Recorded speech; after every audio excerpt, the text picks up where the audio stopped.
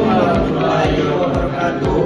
Perkenalkan, kami dari kelompok 7 mata kuliah akuntansi biaya yang beranggotakan saya Muhammad Raffi Kamulia dengan NIM 2401073013. Saya Muhammad bin Tarik dengan NIM 2401072013. Saya Muhammad Farid Cizio dengan NIM 24077302. Saya Opoldo Rizky Yuda dengan NIM 2401071020. Selamat menyaksikan.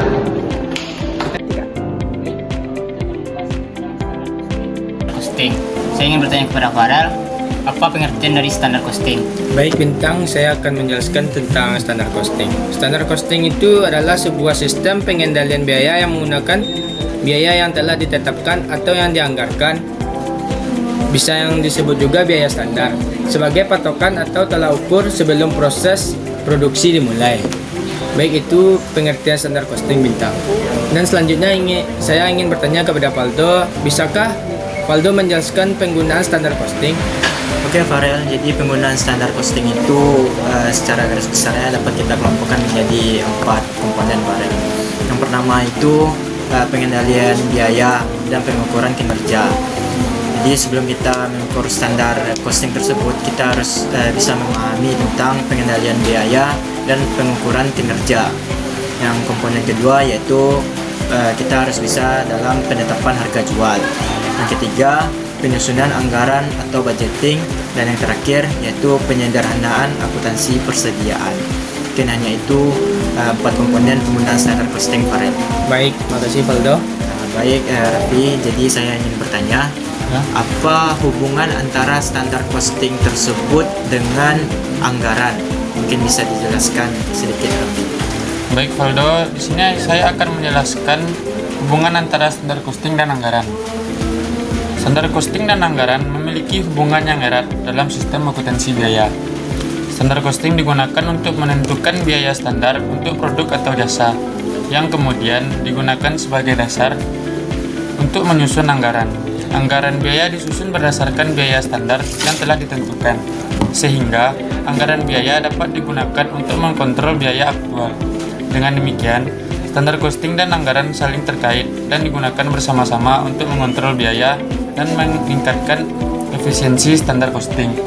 Juga digunakan untuk menganalisis variansi antara biaya aktual dan biaya standar, sehingga dapat diidentifikasi area yang memerlukan perbaikan.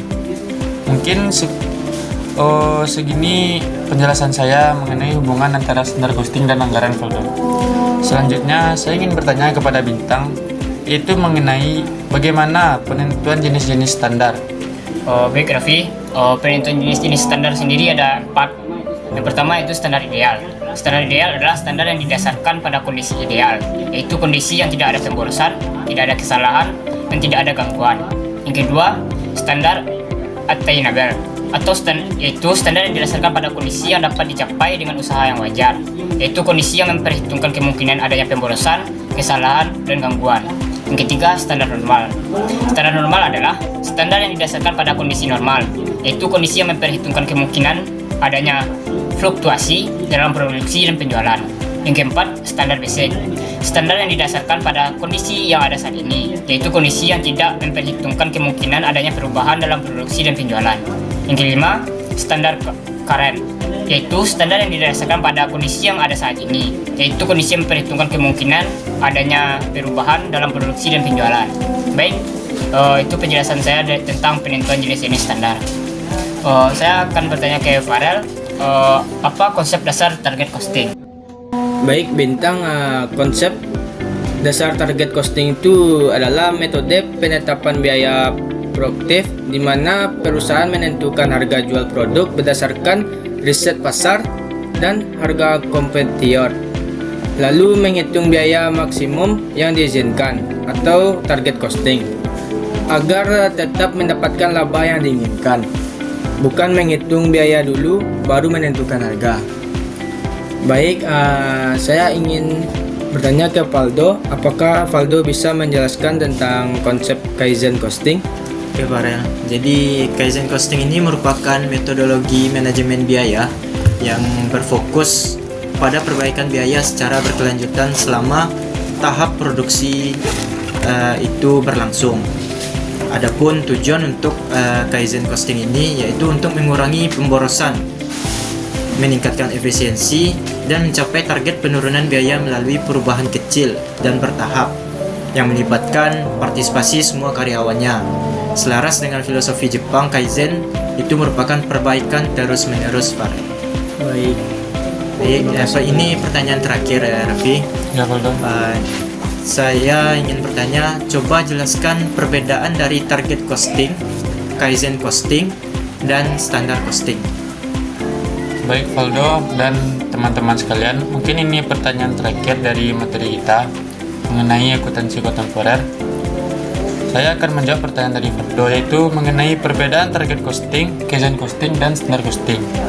Perbedaannya ialah metode manajemen biaya dengan perbedaan fokus dan waktu penerapan. Standar costing menetapkan biaya standar untuk pengendalian dan evaluasi kinerja, berfokus pada efisiensi saat ini.